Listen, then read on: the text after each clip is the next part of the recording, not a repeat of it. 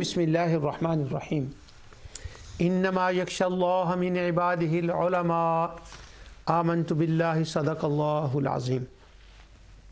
ناظرین، پروگرام ازالہ شبہات میں آپ کی خدمت میں حاضر ہوں اور سورہ البینہ کی آخری آیت ذالک لمن خشی ربہ، اس کے اندر جو خشیہ کا لفظ ہے اس کا ترجمہ میں آپ کی خدمت میں عرض کر رہا ہوں، اور اس خشیہ کے ساتھ بعض دوسری آیات جو ہیں ان کو ملا کر اس کا معنی بیان کر رہا ہوں۔ پچھلی بار بات یہاں تک عرض کی تھی کہ ملائکہ کا جو خوف اور خشیت ہے ان کے بارے میں وہ یہ ہے کہ امام رازی کا وہ میں نے حوالہ پڑھ دیا تھا، اور طبری کا بھی اور قرطبی کا بھی، انہوں نے بھی وہی بات لکھی ہے۔ وہ سارے مختلف یہ ہیں میرے پاس، لیکن ان کا بار بار ان کے پڑھنے کا وہ نہیں ہے کہ ملائکہ کا خوف بنی آدم کی طرح کا خوف نہیں ہوتا۔ بنی آدم کا خوف کیا ہے کہ بنی آدم کو اور جنات جو سرکش ہیں، یعنی بنی آدم مطلقاً بنی آدم، میرے منہ سے یہ نکل گیا ہے، مطلقاً بنی آدم نہیں، جو کفار و مشرکین منافقین وہ بنی آدم ہیں، ان کا خوف، اگر خشیت کا معنی خوف ہی کرنا ہے ان کے لیے ٹھیک ہے، ان کو خوف ہونا چاہیے۔ ہم ایمان نہیں لائے، عمل صالح نہیں کیے، سورہ البینہ میں پوری تفصیل آ گئی ہے، خیر بریہ اور شر البریہ۔ اب وہ جو شر البریہ ہے ان کو پتہ ہے کہ کیا کیا ہے، تو جب وہ شر البریہ کو پتہ ہے کہ کیا کیا ہے تو خوف تو ہونا ہے نا۔ اب ان کے لیے خشیہ کا معنی اور ہوگا، لیکن ملائکہ کے لیے معنی اور ہوگا۔ ملائکہ کے لیے خوف کا اس کا معنی اور ہوگا کہ وہ اللہ تعالیٰ کی عظمت اور شان کو دیکھ کر جو ان کو حکم دیا گیا ہے وہ ان کے ہاں یہ تصور بھی نہیں آ سکتا کہ اس طرح کی کوئی بات، وہ تو بنے ہی ایسے نہیں ہیں، وہ تو ریموٹ ہیں، ایسے بنے ہی نہیں ہیں کہ وہ خلاف ورزی کر سکیں، نہیں، بلکہ یہ ہے کہ ان کو ایک یہ ہے خوف۔ اب میں بات کہہ ہی دوں، ان کو خوف یہ ہے، کیا خوف ہے ان کو خوف یہ ہے کہ ان کا ایک رشتہ ہے مومنین صالحین کے ساتھ۔ اور وہ جو آیت میں نے پڑھی تھی نا پچھلے پروگرام میں، کہ اسی میں نا دوبارہ میں پڑھ دیتا ہوں، وہ اس کے اندر مشفقون کے لفظ آتے تھے، سورہ الانبیاء کے اندر ہے کہ وَهُم مِّن خَشْيَتِهِم مُشْفِقُونَ۔ ہاں، وَهُم مِّن خَشْيَتِهِم مُشْفِقُونَ، کہ ان کی وہ جو خشیت ہے نا ملائکہ کی، اس کو وہ بیان کیا گیا ہے۔ وہ خشیت ان کی کیا ہے، وہ مشفق ہیں، اور ان کا فرشتوں کا ایک رشتہ ہے مومنین کے ساتھ، اہل ایمان کے ساتھ۔ وہ رشتہ کیا ہے؟ وہ ان کا رشتہ یہ ہے کہ مومنین بھی نبی کریم صلی اللہ علیہ وسلم پر درود پڑھتے ہیں، اور وہ ملائکہ بھی نبی کریم صلی اللہ علیہ وسلم پر درود پڑھتے ہیں۔ اور انسانوں کے ساتھ ان کا رشتہ کیا ہے؟ انسان بھی مخلوق ہیں اور وہ بھی مخلوق ہیں، اور کائنات بھی مخلوق ہے۔ اور مومنین کے لیے تو وہ خاص کر کے دعائیں کرتے ہیں، اور وہ دعائیں کیا کرتے ہیں، ان دعاؤں کا اگلے پروگرام میں آئے گا ذکر انشاءاللہ۔ اب وہ دعائیں کرتے ہیں مومنین کی سلامتی کے لیے۔ اب وہ مومنین کے ساتھ ان کا ایک دوستی کا رشتہ ہے، ایک محبت کا رشتہ ہے۔ لیلۃ القدر کو ان کو وہ دیکھنے کے لیے آتے ہیں، تو اب وہ مومنوں کے اوپر بڑے مشفق ہیں۔ تو جب وہ مومنوں کے اوپر بڑے مشفق ہیں نا، تو اس مشفق ہونے کا یہ تقاضا ہے کہ ان کو یہ ایک لگی رہتی ہے بات کہ ان مومنوں کو کچھ ہو نہ جائے۔ اللہ اکبر! ان کا ایک احساس کا رشتہ ہے۔ تو اللہ تعالیٰ فرماتے ہیں کہ ان کی جو خشیت ہے مومنوں کے بارے میں وہ مشفقانہ ہے، کہ ان کو کہیں کچھ ہو نہ جائے، نہ اس جہاں میں ان کو کچھ ہو نہ اس جہان میں ان کو کچھ ہو، اس لیے وہ یہاں بھی ان کے لیے دعائیں کرتے ہیں، وہاں بھی ان کے لیے وہ شفاعت کریں گے۔ ان کی جو خشیت ہے جب اللہ تعالیٰ کی ذات کے لیے ہے تو ان کی خشیت اللہ تعالیٰ کی عظمت اور شان کی خشیت ہے، وہ واہ واہ کرتے ہیں، وہ الحمدللہ کہتے ہیں، وہ اللہ اکبر کہتے ہیں، اور وہ جان کر پہچان کر دیکھ کر وہ اللہ کی عظمت اور شان کی جو ان کے اندر وجدانی کیفیت پیدا ہوتی ہے، یہ ان کی خشیت اللہ ہے، یہ ان کی خشیت ہے۔ ان کی خشیت وہ نہیں ہے کہ بدکاری ہے، نافرمانی ہے، گناہ کیے ہیں، کہیں سزا نہ ہو جائے، یہ تو ان کا ہے ہی نہیں، کیونکہ وہ بنی آدم نہیں ہے۔ وہ سارا کنسپٹ، وہ سارا نظام تو بنی آدم کے لیے ہے۔ وہ شیطان نے بنی آدم کے ساتھ ٹکر لی ہوئی ہے، اور وہ جہنم بنی آدم کے اور من الجنت والناس اجمعین ہے، وہ جو جنات سرکش ہیں ان کے لیے ہے۔ ملائکہ تو اس کیٹاگری میں نہیں آتے۔ تو ذالک لمن خشی ربہ کا اگر ملائکہ کے لیے ہم ترجمہ کریں تو یہاں وہ اس کیٹاگری میں تو نہیں آئیں گے۔ بس ان کی خشیت، اگر خوف کا معنی بھی کرنا ہے تو معنی یہ بنے گا ان کو اپنے مسلمان پراواں دا ڈر رہندا ہے کہ کتے انہاں نوں کچھ ہو نہ جاوے۔ واہ، اس لیے وہ دعائیں کرتے ہیں، ان کی ڈیوٹیاں لگی ہوئی ہیں، یہ ملائکہ کے لیے ہے۔ تو میں سارا یہ کر یہ رہا ہوں کہ اگر خوف کا معنی بھی کرنا ہو تو اس کا یہ مطلب ہے کہ ان کو انسانوں والی خشیت نہیں ہے، انسانوں والا خوف نہیں ہے، اور یہ سارے محدثین نے بھی اس کے بارے میں وہ لکھا ہوا ہے۔ اب وہ سارے حوالے میں نہیں پڑھتا۔ مفتی احمد یار خان نعیمی رحمۃ اللہ علیہ سورہ انبیاء کے اندر ان الذین هم من خشیۃ ربهم مشفقون۔ اب میری مجبوریاں سمجھیں ناظرین، کتنی میری مجبوریاں ہیں۔ یہ معتزلہ نے، قدریہ نے اور جبریہ نے کہاں مجھے کھڑا کر دیا۔ میں اپنی بات کرتا ہوں، اہل علم کی نہیں، وہ تو اہل علم ہے۔ مفسرین کو بھی انہوں نے کہاں کھڑا کر دیا ہے کہ کہاں سے وہ ڈھونڈ کے لانا پڑتا ہے کہ نہیں وہ نہیں، وہ کہ خوف کا معنی تو خوف ہی ہے، خشیت کا معنی تو خشیت ہی ہے۔ تو جناب باری اللہ سبحانہ و تعالیٰ کے لیے بھی وہی معنی کرنا ہے، نہیں وہ بے نیاز ہے جو چاہے کر دے۔ یہ معتزلہ ان کا، میرے اوپر کتنا خوف، کتنا میں ڈپریشن کا میں خود مریض ہوا ہوں اس مسئلے کے اندر۔ اب مفتی احمد یار خان نعیمی رحمۃ اللہ علیہ کا حوالہ مجھے صرف اس لیے لانا پڑا، اسی ڈپریشن کے خوف سے، اسی ڈپریشن کی وجہ سے۔ تو مفتی صاحب نے تو کمپلیٹ تفسیر نہ فرمائی، ان کے بیٹے مفتی اقتدار احمد خان صاحب رحمۃ اللہ علیہ جب وہ بریڈ فورڈ میں ہوتے تھے تو ان کے ساتھ ایک بڑا دوستانہ تعلق تھا اس زمانے میں۔ اللہ تعالیٰ ان کی قبر پہ رحمت نازل فرمائے۔ تو باقی کی تفسیر کچھ حصہ انہوں نے کیا، تو وہ سورہ انبیاء، مومنون کہہ رہا ہوں، سورہ انبیاء، وہ یہ جو ملائکہ والی آیت ہے کہ ملائکہ خشیت والی جو آیت ہے،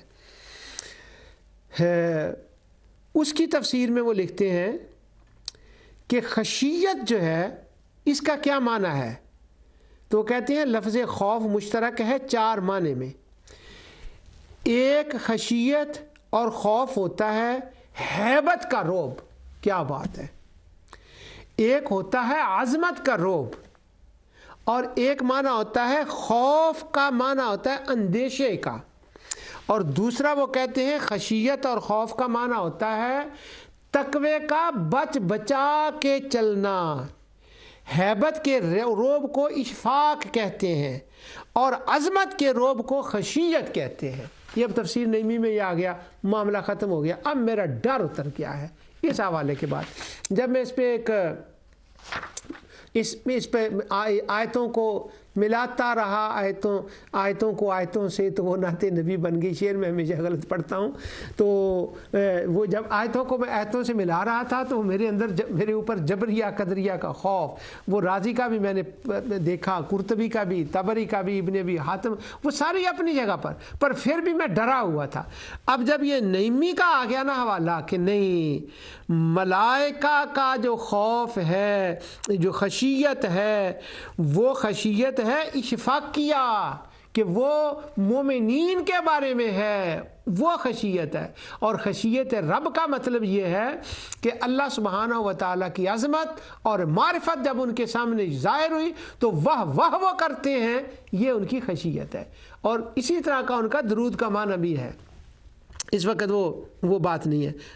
تو عظمت، جیسے وہ میں نے مثالیں دی تھی، ایفل ٹاور پہ کھڑے ہوں تو ایک روب ہوتا ہے، اور کسی بڑے کے سامنے ہوں تو ایک عظمت کا روب ہوتا ہے، اس کے ساتھ ایک خوف کا پہلو ہوتا ہے۔ ورنہ جو مشرکین اور کفار سرکش اور جنات سرکش ہیں، ان والا وہ خوف نہیں ہے، اور نہ ہی ایسی خشیت پتھروں کے لیے ہوتی ہے، خشیت اللہ ان کو بھی ہوتی ہے۔ وہ یہاں ایک بات ہے، چونکہ مشفق اور شفیق کا معنی مشفق اور شفیق کے معنی میں ایک کمزوری کا معنی بھی پایا جاتا ہے، اس لیے اہل علم فرماتے ہیں کہ اس کو اللہ سبحانہ و تعالیٰ کی طرف منسوب نہیں کر سکتے۔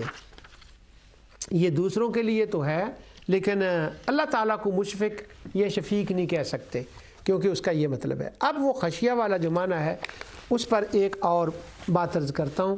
یہ سارے پوری فائل میں نے بند کر دی ہے، اس کے اندر اور لغت کی مثالیں، آیات کی مثالیں میں نے جمع کی ہوئی ہیں۔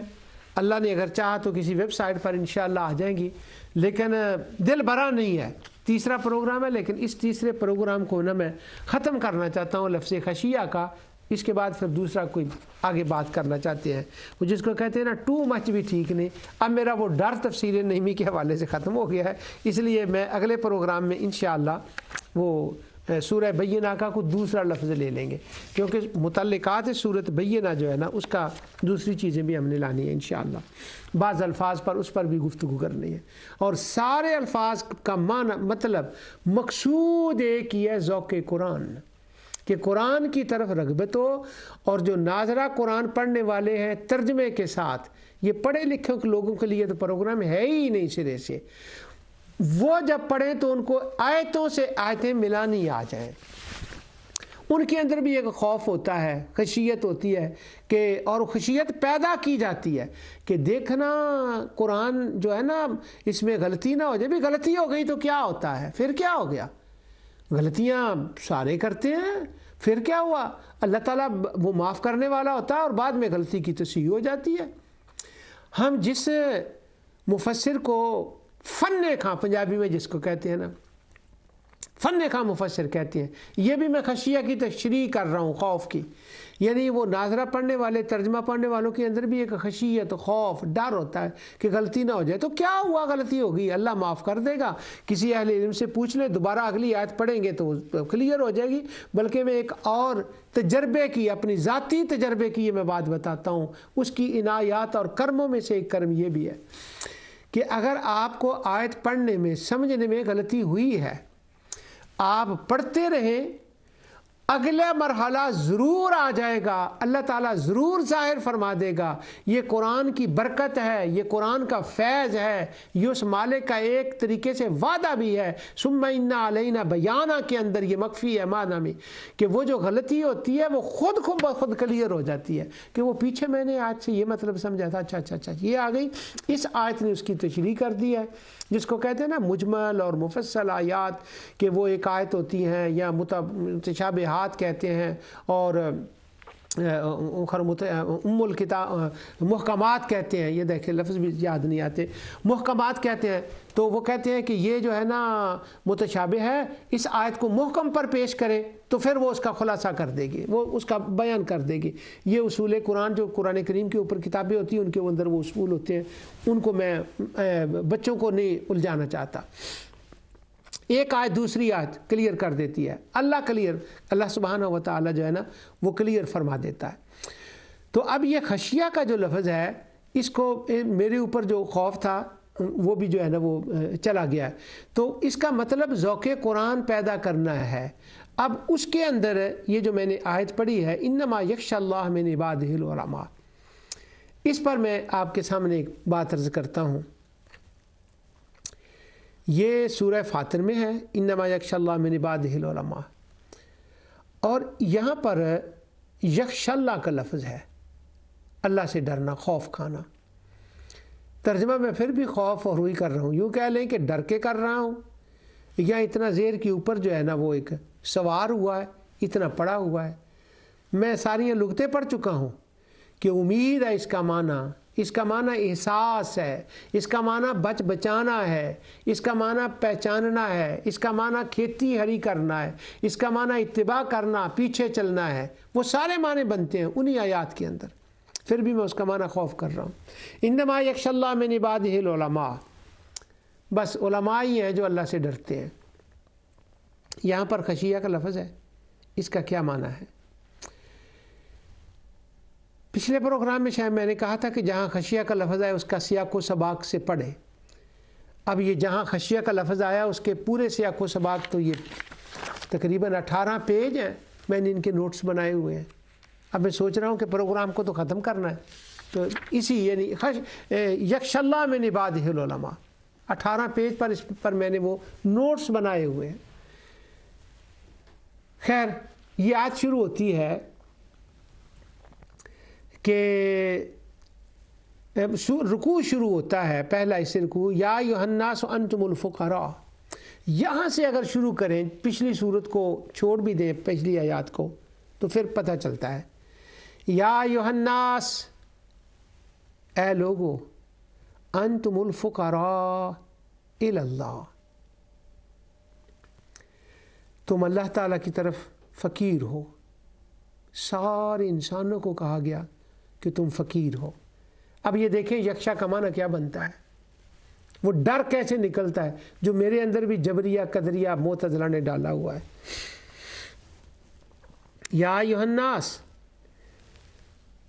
اس کی چند جھلکیاں میں آپ کی خدمت میں بیان کرتا ہوں کہ اللہ سبحانہ و تعالیٰ نے انسان کو اس کی حیثیت بتائی ہے ان آیات کے اندر کہ اے انسان ہر لمحہ، ہر لحظہ، ہر آن، ایک سانس میں اس کا محتاج ہے۔ ویسے تو ساری مخلوق ہی، یہ ساری آیتوں کا میں سکین کر رہا ہوں تھوڑا سا، ویسے تو ساری مخلوق ہی اللہ سبحانہ و تعالیٰ کی محتاج ہے، مگر انسان سب سے زیادہ محتاج ہے۔ اس لیے اللہ تعالیٰ نے انسان کے محتاج ہونے کے ساتھ اس کے مقام پر انسان کے لیے لفظ فقیر استعمال فرمایا۔ خدا کے در کی ساری کائنات ہی فقیر ہے، منگتی ہے، جیسا کہ سورہ رحمان میں کل یسأل من فی السماوات والارض اور دوسرے مقامات پر۔ لیکن یہاں جو انسان کے لیے آیا ہے اس کی ایک خاص احتیاج ہے۔ اس کی احتیاج اس لیے ہے کہ اللہ تعالیٰ نے اس کو ارادہ اور کسی حد تک اس کو اختیار دیا ہے، دوسری مخلوق کو یہ نعمت عطا نہیں ہوئی۔ انسان تمام مخلوقات سے اس کی وجہ سے اعلیٰ ہے اور اس کا مقام تمام مخلوقات سے بلند ہے۔ اب مجھے امام راضی کا ڈر ہو رہا ہے کسی وجہ سے، معتزلہ سے تو ڈر ہی ڈر ہے، امام راضی سے بھی۔ اب یہ خاص باریک سی میں بات کہہ گیا ہوں، اگر کوئی اہل علم بائی چانس یہ بات سن لے تو اس کو پتہ چل جائے گا، لیکن آگے جا کر وہ امام راضی سے میں کیوں ڈر رہا ہوں اس کا میں بیان کروں گا۔ انسان تمام مخلوقات سے اعلیٰ ہے اور اس کا اپنے رب کا فقیر ہونا اور اس کا رب اس کو فقیر کہہ کر بلائے کہ اے وہ انسان جس کو میں نے اتنی عظمت دی ہے، اتنی شان دی ہے، ارادہ دیا ہے، قدرت دی ہے، علم دیا ہے کہ تو کسی کا محتاج نہیں ہے، تو صرف اپنے رب کا محتاج ہے، تو یہ بات انسان کے لیے سب سے بڑے اعزاز کی بات ہے کہ میں صرف اور صرف اپنے رب کا محتاج ہوں اور میں صرف اس کا فقیر ہوں۔ اگر انسان اس کو جان لے اور اگر انسان کو اس کا احساس پیدا ہو جائے تو یہ انسان کی سب سے بڑی عظمت ہے، اور وہی احساس اللہ پیدا کرنا چاہتا ہے اور وہی خشیت اس کو عطا کرنا چاہتا ہے۔ اس لیے اللہ تعالیٰ نے یخشی اللہ من عبادہ العلماء کے مضمون کی جب ابتدا کی ہے تو اس کو اپنا فقیر کہہ کے پکارا ہے، اے میرے فقیر، یا ایھا الناس انتم الفقراء، اے میرے فقیر۔ کیا بات ہے، کبھی کبھی مزہ آتا ہے اس بات کو تفسیر صوفیانہ پڑھنے کو۔ صوفیہ نے اس کا جو معنی بیان کیا ہے کہ اللہ تعالیٰ نے یا ایھا الناس انتم الفقراء کہ انسان کو اپنا فقیر بتایا ہے، اپنا فقیر کہا ہے۔ کیا مطلب ہے اس کا؟ وہ ایک مشہور ان کی تفسیر ہے فقیر کی، وہ کرتے ہیں، کہتے ہیں الفقر فخری۔ کیا بات ہے کہ جو مومن ہے وہ کہتا ہے کہ اپنے رب کا فقیر ہونا اس سے بڑا میرے لیے کائنات کے اندر کوئی فخر ہے ہی نہیں ہے۔ سب سے بڑا میرا فخر یہ ہے کہ میں اپنے رب کا فقیر ہوں۔ اور یا ایھا الناس انتم الفقراء، وہ مجھے فقیر کہہ کر بلاتا ہے، اے میرے در کے سوالی، اے میرے در پہ آنے والے، میں نے تمہیں ارادہ، اختیار، عقل، علم دیا ہے، تمام کائنات سے تمہیں اعلیٰ بنایا ہے، اور تو اعلیٰ ہو کر بھی کہتا ہے کہ میں اپنے رب کا فقیر ہوں۔ اور موسیٰ علیہ السلام نے فرمایا تھا رب انی لما انزلت الی من خیر فقیر، اے اللہ میں تیرے در کا فقیر ہوں۔ موسیٰ کلیم اللہ کھڑے ہو کر کہتے ہیں میں فقیر ہوں۔ اور وہ کہتے ہیں، اب وہ صوفیوں کی زبان میں اگر کہیں تو موسیٰ علیہ السلام کہتے ہیں الفقر فخری، اس کا فقیر ہونا تو میرا فخر ہے۔ بعض احباب نے اس کو نبی کریم صلی اللہ علیہ وسلم کی طرح منسوب کر دیا کہ یہ حضور نے فرمایا ہے، کہ حضور نے یہ فرمایا ہے، تو اگر حضور بھی یہ فرمائیں کہ میں اپنے رب کا فقیر ہوں تو معنی کے اعتبار سے یہ بالکل صحیح ہے۔ بعض اوقات ہم روایتوں کے بارے میں کہتے ہیں یہ معنی صحیح ہے، ہم نہیں، نعوذ باللہ میں کون ہوتا ہوں، محدثین کہتے ہیں کہ یہ معنی صحیح ہے، فقہاء کہتے ہیں کہ یہ معنی صحیح ہے، لیکن وہ سند کے اندر اس کا مسئلہ گڑبڑ ہوتا ہے۔ تو یہ جو روایت ہے الفقر و فخری والی، وہ سند کے اعتبار سے محدثین وہ ایگری نہیں کرتے کہ وہ وہاں تک جائے۔ مثلا صوفی مفسر کا میں حوالہ دیتا ہوں، سورہ یاسر کی تفسیر میں صاحب روح البیان اسماعیل حقی نے، میری ذرا یہ فیورٹ تفسیر بھی ہے، تو وہ لوگ مجھ سے عموماً بعض دفعہ لوگ اکثر جاننے والے ملتے ہیں تو وہ کہتے ہیں آپ تفسیر کون سی پڑھتے ہیں، تو میں کہتا ہوں روح البیان، تو میری فیورٹ تفسیروں میں ہے، تفسیر ہے۔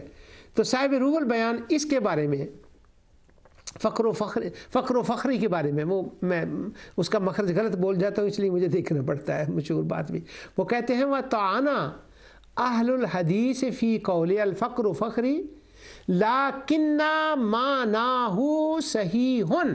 یہ علامہ یہ کہتے ہیں، علامہ اسماعیل حقی وہ فرماتے ہیں وہ جو سکالر ہے نا اہل الحدیث، امام بخاری یعنی اہل الحدیث کا لفظ ہے، اس کا میں آگے جا کر تشریح کروں گا، وہ آ رہی ہے۔ اہل الحدیث کا مطلب اصل میں محدثین ہوتا ہے، جنہوں نے حدیث پہ کام کیا۔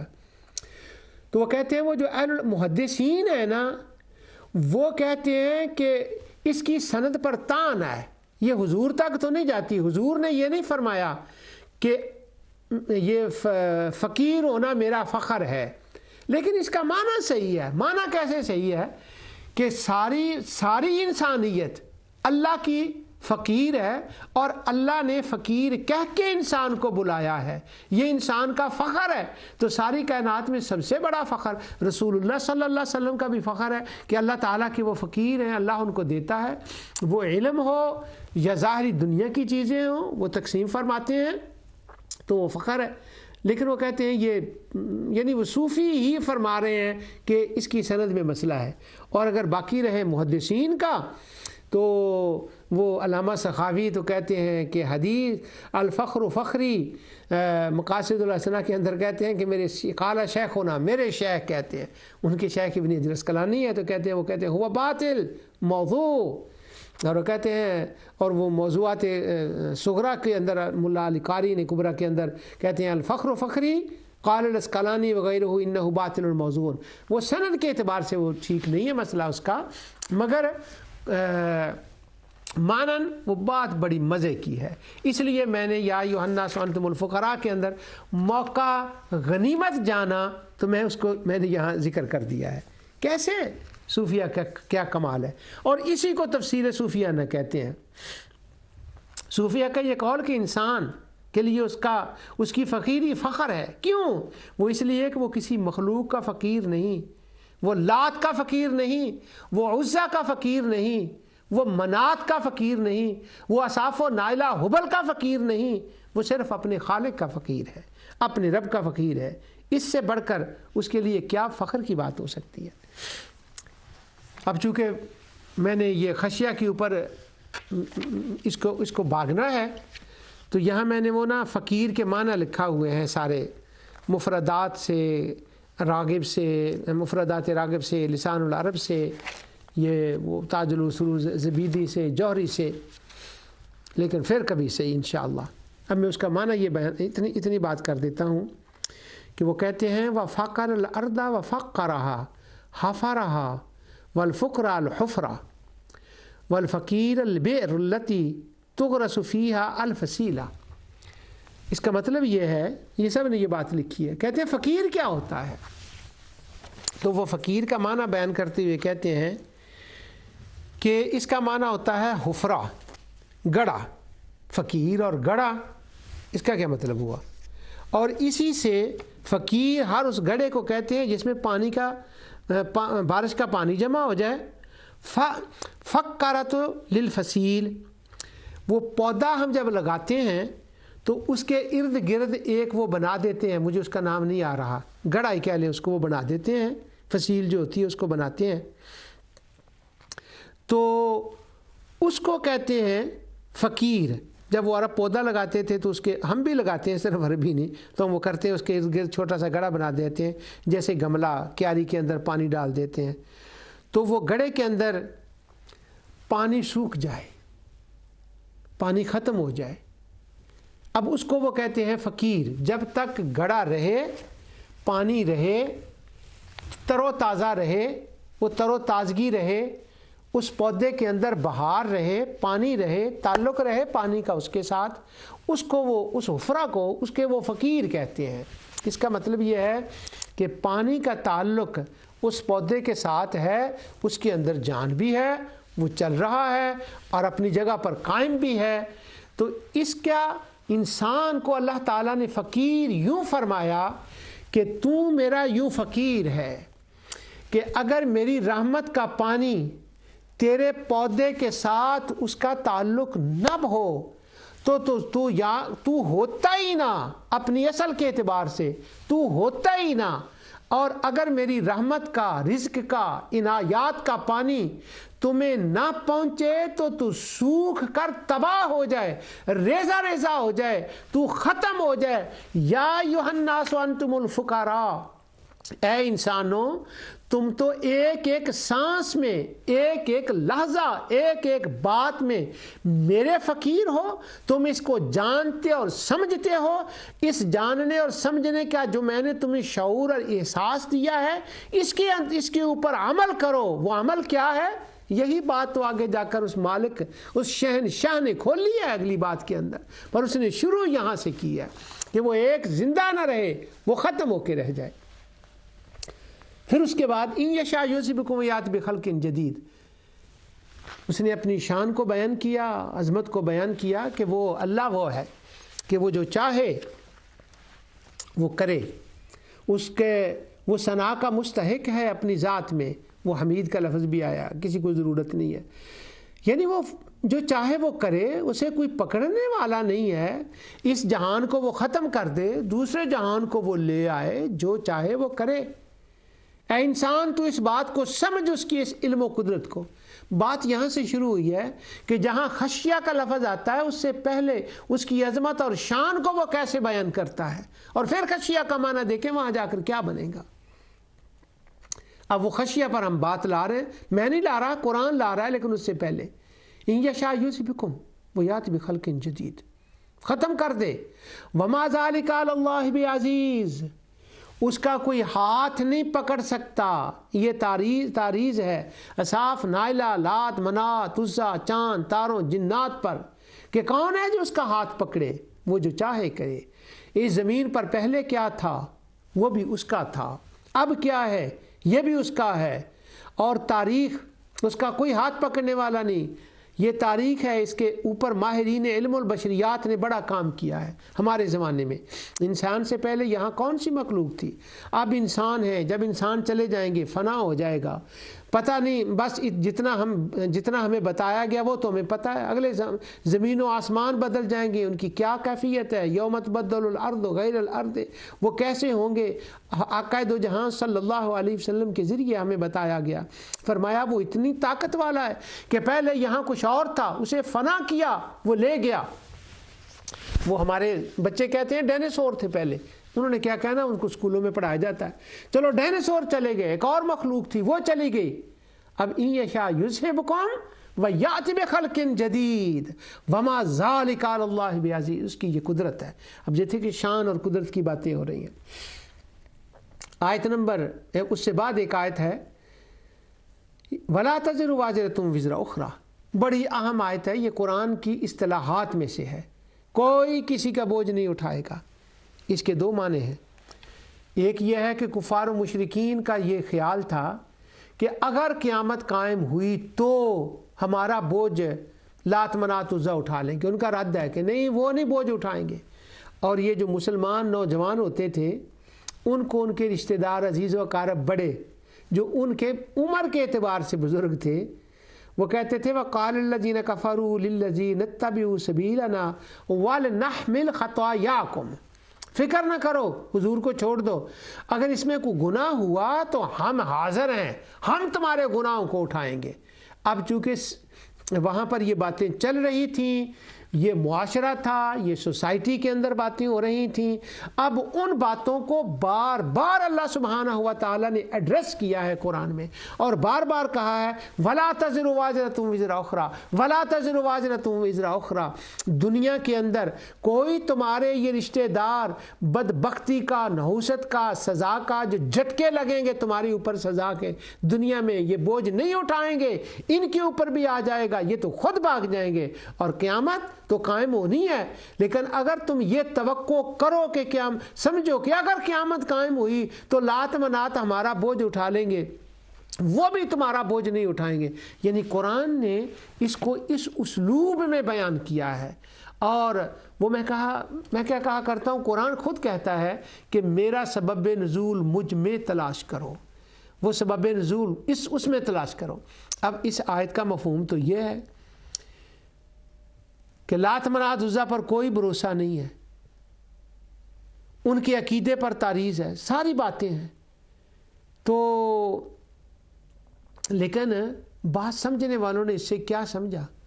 انہوں نے یہ سمجھا کہ وَلَا تَزِرُ وَازِرَةٌ وِزْرَ أُخْرَى کا مطلب یہ ہے کہ جمعرات کے دن جو تم چاروں کل پڑھ کے اپنے فوت شدہ لوگوں کو بخشتے ہو نا، یہ پہنچتا نہیں ہے۔ یہ کیوں نہیں پہنچتا؟ کیونکہ قرآن میں بار بار آتا ہے وَلَا تَزِرُ وَازِرَةٌ وِزْرَ أُخْرَى۔ اللہ اکبر، اللہ اکبر۔ دیکھیں کیا کا کیا مطلب نکال رہے ہیں۔ اسی طرح خشیہ، تقوی اور انذر کا کیا مطلب نکل آیا ہے۔ اور وہ انٹرفیت کے اندر یہود و نصارہ ایتھیسٹ نے جب انہوں نے دیکھا ان کے ہتھا وہ چردمہ چڑھا، تو انہوں نے عظمت الہی کی شان، اللہ کی شان میں جو آیتیں خشیہ والی ہیں کہ وہ اللہ کے خوف سے، اللہ سے خوف کا خشیہ رکھتے ہیں، اس کا معنی انہوں نے کر دیا قرآنک گاڈ جو ہے وہ تو گاڈ آف فیئر ہے، وہ تو ہمیشہ ڈراتا ہی رہتا ہے۔ وہ ڈراتا نہیں ہے، وہ دھتکارتا نہیں ہے، وہ بار بار بلاتا ہے، اپنی رحمت کی طرف بلاتا ہے۔ سبحان اللہ۔ اب یہ آیات چل رہی ہیں، انہی کے اندر ایک آیت آتی ہے، میں نے کہا تھا نا کہ یہ مجھے سارا میں اس کو سکپ کر رہا ہوں۔ اس کے اندر ایک آیت آتی ہے اقاموا الصلاۃ ومن تزکیٰ فإنما یتزکیٰ لنفسہ وإلی اللہ المصیر۔ یہ جتنی آیتیں ہیں نا، یہ اصل میں ہمیں لے کر جائیں گی یکشا کے معنی کے اوپر کہ خشیہ کیا ہوتی ہے۔ اس کے اندر بھی آ گیا ہے آیت انما تنذر الذین یخشون ربہم بالغیب، کہ وہ غیب میں اللہ سے ڈرتے ہیں۔ یہ ایک تعریض بھی ہے کہ وہ یہ نہیں کہتے ہمیں دکھاؤ، بن دیکھے وہ اللہ تعالیٰ کو جانتے ہیں، مانتے ہیں، یہ معنی ہے اس کا، اس سے امیدیں رکھتے ہیں۔ کیوں؟ حضور نے بتایا ہے، انبیاء نے بتایا ہے۔ تو یہ وہ وہاں تک ہمیں لے جا رہی ہے. تو اس کے اندر یہ آیت بھی آ گئی ہے انما تنذر واقاموا الصلاۃ. یہاں پر میں بس صرف ایک بات کرتا ہوں. اب یہ جو اقاموا الصلاۃ ہے نا کہ اللہ اکبر کہ وہ نماز قائم کرتے ہیں. یہ تھوڑا سا نا میں سکپ ہونے لگا ہوں یہاں سے، اب ہے نا سلپ ہونے لگا ہوں، سکپ کہہ رہا ہوں، سلپ ہونے لگا ہوں.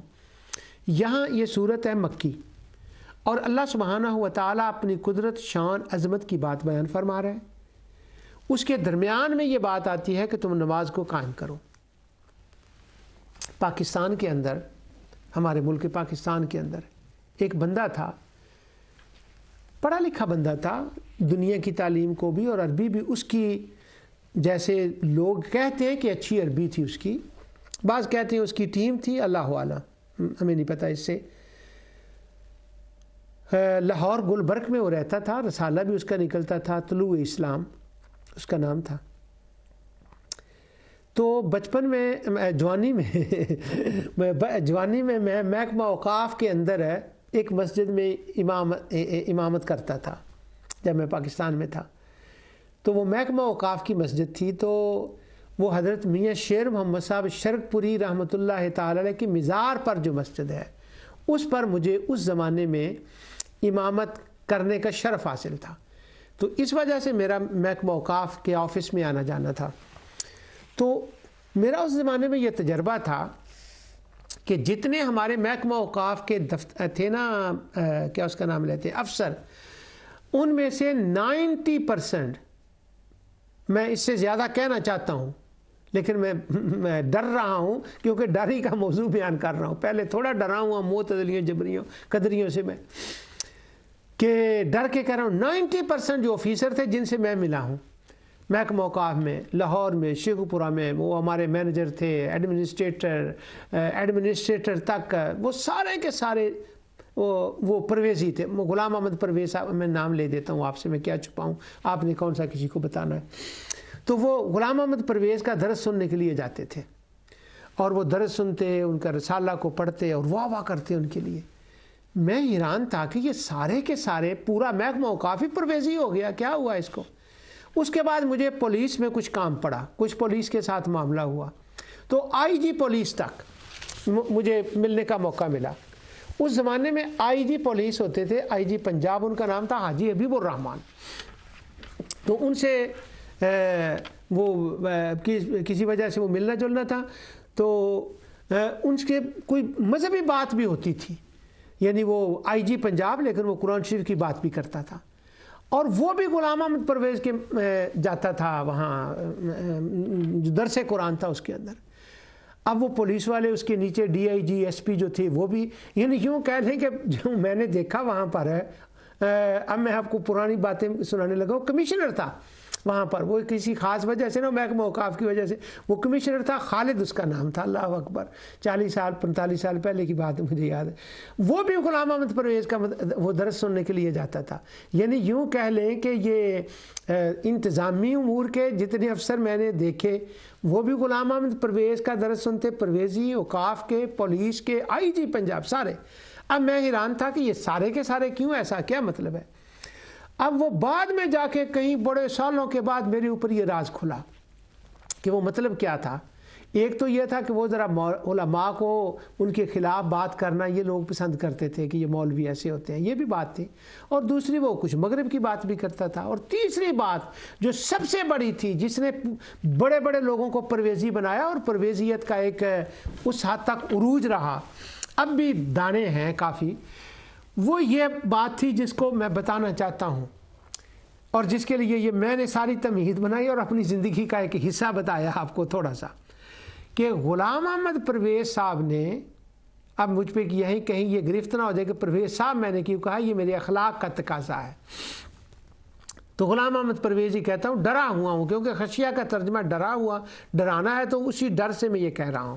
پچھلے دنوں میں یہ بھی مجھے پتہ چلا کہ وہ کوئی عالم تھے، تو انہوں نے کسی ٹی وی پر یہ کہا مرزا صاحب، وہ مرزا غلام احمد قادیانی کی بات کر رہے تھے، تو انہوں نے کہا مرزا صاحب، تو ان کی بھی گرفت ہوگی اس مفتی صاحب کی کہ تم نے مرزا صاحب کیوں کہا ہے، اللہ اکبر۔ تو اس لیے وہ میرے منہ سے، میرے اخلاق کے تقاضے سے میں نے وہ پرویز صاحب کہہ دیا۔ تو وہ پرویز، اب اس خوف کی وجہ سے میں کہہ رہا ہوں، ورنہ میرے اخلاق کا تقاضا کہ میں کہوں کہ پرویز صاحب نے صلاح کا ایک عجیب ترجمہ کر دیا نماز کا۔ انہوں نے کہا نماز پڑھنے کا نام نہیں ہے، یہ کوئی پڑھنے والی چیز نہیں ہے۔ تو یہ کیا ہے؟ یہ رکوع میں جائیں، سجدے میں جائیں اور وہ کریں، یہ کوئی پڑھنے والی چیز نہیں ہے، یہ ایک پیورلی معاشرتی سا مسئلہ، یہ تو ایک پریکٹس کرانے کے لیے ایک چیز بتا دی گئی ہے۔ تو پھر نماز کیا ہوتی ہے؟ اتنی بار قرآن میں نماز کا ذکر آیا انبیاء کا، تو صلاح کیا ہے؟ انہوں نے کہا بھائی میں تم کو بتاتا ہوں کہ نماز کا مطلب ہوتا ہے عربی لغت کے اندر ہے ایک نظام اور سسٹم، ایک مرکز ملت ہوتا ہے اور باقی اس کی کیبنٹ ہوتی ہے، کیبنٹ اپنے اپنے افسر کو علاقوں میں بٹھاتی ہے، ان کا ایک نظام اور حکم چلتا ہے، جو اوپر سے حکم آتا ہے وہ نیچے سارے اس کو مانتے ہیں، اور وہ جو سسٹم ہے نا اس کو نماز کہتے ہیں۔ اب وہ مثال دیتے، کہتے یہ ہمارے سامنے آئی جی پنجاب بیٹھے ہیں، اب یہ آئی جی پنجاب ہے، انسپیکٹر جنرل پولیس پورے پنجاب کی پولیس ان کے نیچے ہے۔ اب یہ جو ایک حکم نامہ جاری کرتے ہیں نا، تو وہ نیچے اے ایس آئی تک، پولیس کے سپاہی تک وہ حکم جاتا ہے۔ اب یہ جو یہ ہے نا اس کو صلاۃ کہتے ہیں۔ تو صلاۃ کا مطلب ہے نظام۔ اب کمشنر صاحب ہیں، خالد صاحب بیٹھے ہوئے، یہ ایک ڈویژن کے کمشنر ہیں، 5 ڈی سی ان کے نیچے ہیں۔ تو اب جب وہ کہیں گے نا 5 کو کچھ کہیں گے تو یہ نماز ہے۔ اور اسی طرح یہ اب وہ جو تھے نا محکمہ اوقاف کے افسر، انہوں نے اور آئی جی پولیس نے، پولیس کے جتنے لوگ سارے تو بے نمازی نہیں، بڑے بڑے اولیاء اللہ ہوتے ہیں پولیس میں بھی، اوقاف میں بھی، انتظامیہ میں بھی، لیکن میں ان کی بات کر رہا ہوں جو ذرا اوپر ایسے اس طرح کے نماز نہیں پڑھتے، ان کی تو عید ہو گئی۔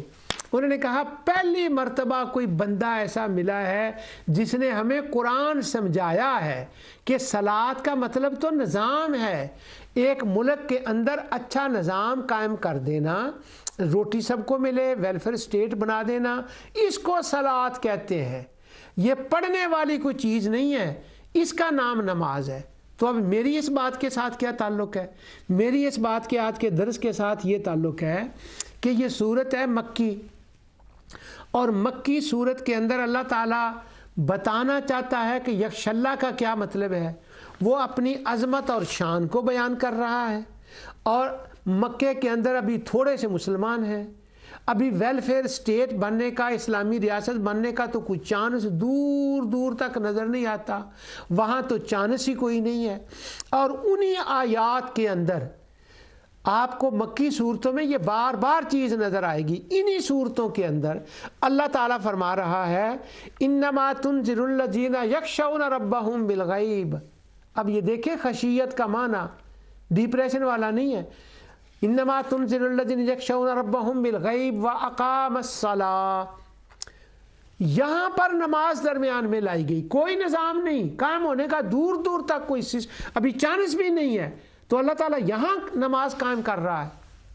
اب اس زمانے میں مجھے اس بات کا علم نہیں تھا، ورنہ میں اپنے محکمہ اوقاف کے دوستوں کو بتاتا، آئی جی پنجاب پولیس کو بتاتا کہ بات یہ ہے کہ اقام الصلاۃ، مکے کے اندر یہ بات کہی گئی ہے کہ نماز قائم کرو۔ اس کا مطلب یہ ہوا کہ نماز سسٹم کا نام بھی ہو سکتا ہے، وہ سسٹم بھی صلاۃ ہے، لیکن یہاں جو چند بندوں کو کہا جا رہا ہے کہ نماز پڑھو، اس کا مطلب ویلفیئر سسٹم نہیں ہے، اس کا مطلب وہی نماز ہے جو رسول اللہ صلی اللہ علیہ وسلم پڑھتے تھے، صحابہ نے پڑھی، اور تواتر کے ساتھ عملی طور پر تعامل بالناس کے ساتھ پوری کائنات کے مسلمانوں کے اندر وہ نافذ ہوئی ہے، وہ چلی ہے، وہ سنت جاریہ بنی ہے۔ تعامل بالناس بنا ہے، سنت جاریہ ذرا خطرناک لفظ بن گیا ہے۔ اگرچہ معنی کے اعتبار سے یہ غلط نہیں ہے، لیکن کچھ لوگوں نے اس کو ایسا نہیں استعمال کرنا شروع کر دیا تو یہ وارننگ سا لفظ بن گیا، ریڈ لائٹ آ گئی ہے یہاں پر۔ تو وہ تعامل بالناس کے ذریعے سے پوری کائنات میں جو ہے یہی نماز ہے، یہی صلاۃ ہے۔ تو چونکہ ان کو نماز سے چھٹی مل گئی، ان لوگوں کو جو نماز نہیں پڑھنا چاہتے تھے وہ کہنے لگے جی کیا بات ہے، پرویز صاحب نے تو حد کر دی۔ اب اللہ تعالیٰ فرماتا ہے وَمَن تَزَكَّىٰ فَإِنَّمَا يَتَزَكَّىٰ لِنَفْسِهِ وَإِلَى اللَّهِ الْمَصِيرُ۔ اللہ کی علم، قدرت، شان، عظمت کو جب بندہ جانتا ہے، اس کو مانتا ہے، پھر وہ اس کے سامنے جھکتا ہے جوارے کے ساتھ، اعضاء کے ساتھ، نماز کی شکل میں، جب وہ یہ کام کرتا ہے تو وہ من تزکا فإنما یتزکا لنفسہ، اس کے دل کی صفائی ہو جاتی ہے۔ جب اس کے دل کی صفائی ہو جاتی ہے اور یہ کسی پر احسان نہیں کر رہا، نہ وہ اللہ پر احسان کر رہا ہے، کوئی اللہ کا کام رکا ہوا نہیں تھا کہ اس نے اللہ تعالیٰ کی معرفت حاصل کی، علم و قدرت کو مانا اور نماز کو قائم کیا تو اللہ کا کوئی کام نکل گیا، نہیں۔ فَإِنَّمَا يَتَزَكَّىٰ لِنَفْسِهِ، یہ کام کر کے اس نے اپنے دل کو صاف کر لیا ہے، کفر نکل گیا ہے، شرک نکل گیا ہے، بے ادبیاں نکل گئی ہیں، اور اللہ تعالیٰ کے سامنے اس کو جھکنا آ گیا ہے اور اس کا تزکیہ نفس ہو گیا ہے۔ اب یہ ساری باتیں کام کرنے کے بعد، ارشادات فرمانے کے بعد آگے ایک لمبی چھوٹی چھوٹی آیتیں ہیں۔ اللہ تعالیٰ نے کمپیریزن دیا ہے کہ دن اور رات برابر نہیں ہوتے۔ یہ باتیں کرنے کے بعد اللہ تعالیٰ اب اس بات پر پھر یہ بات کو لایا ہے، اور وہ بات شروع ہوتی ہے آیت 27 سے۔ کیا بات ہے؟ أَلَمْ تَرَ أَنَّ اللَّهَ أَنزَلَ مِنَ السَّمَاءِ مَاءً فَأَخْرَجْنَا بِهِ ثَمَرَاتٍ مُخْتَلِفًا أَلْوَانُهَا وَمِنَ الْجِبَالِ جُدَدٌ بِيضٌ وَحُمَرٌ مُخْتَلِفٌ أَلْوَانُهَا وَغَرَابِيبُ سود۔ میں نے ایک ایک لفظ کو علیحدہ علیحدہ لکھا ہے۔ کیا تم نے اللہ سبحانہ و تعالیٰ کی شان کو جانا نہیں ہے؟ غور نہیں کیا، احساس نہیں کیا، سمجھے نہیں، تدبر تفکر نہیں کیا کہ آسمان سے وہ پانی کیسے برستا ہے، اور وہ جو پانی ہے وہ اس کا رزلٹ کیا نکلتا ہے کہ زمین سے مختلف جداگانہ رنگ کے پھل نکلتے ہیں۔ یہ تو زمین کا حال ہے۔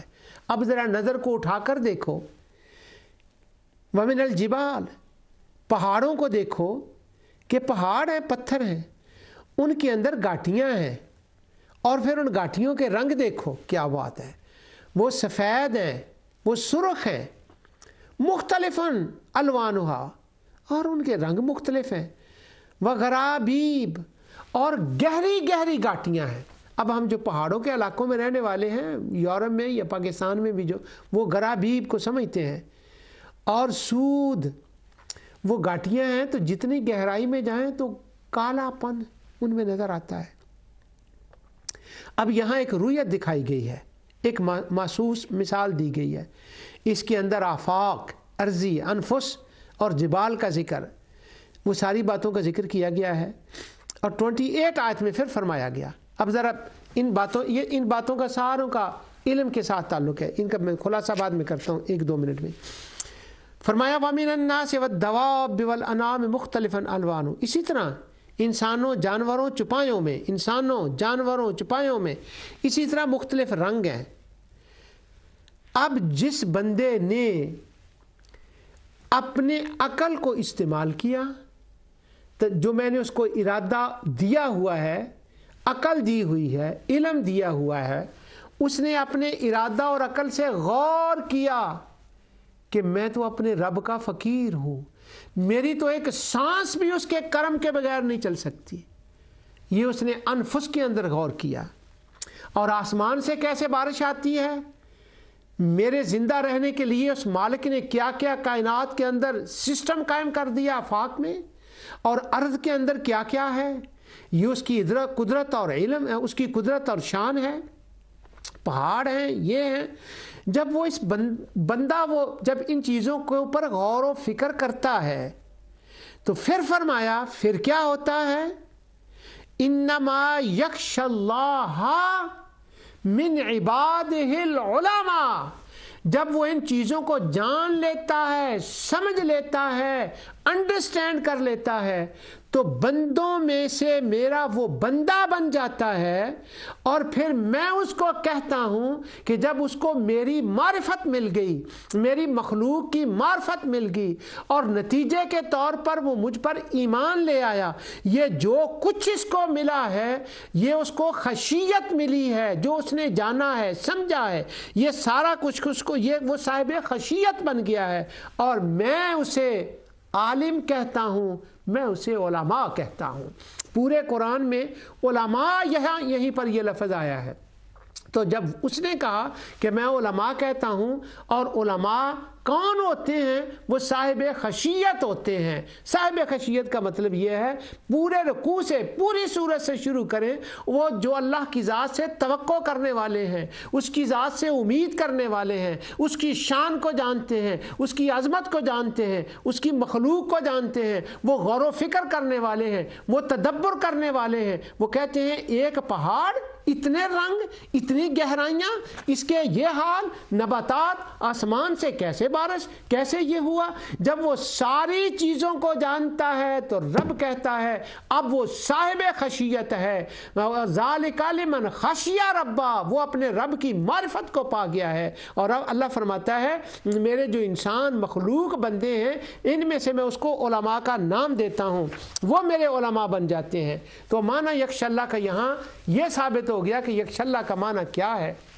اب وہ یکش اللہ کا معنی جب ان کو مل گیا تو اس کا معنی یہ ہے کہ اللہ ان کو بھی عظمت عطا فرما دیتا ہے، وہ عالم بن جاتے ہیں، اللہ کی شانیں ان کے سامنے ظاہر ہو جاتی ہیں، پھر اللہ ان کی شانیں، ان کے مقام دوسری مخلوق کے سامنے ظاہر فرما دیتا ہے، اور وہ علماء ہوتے ہیں۔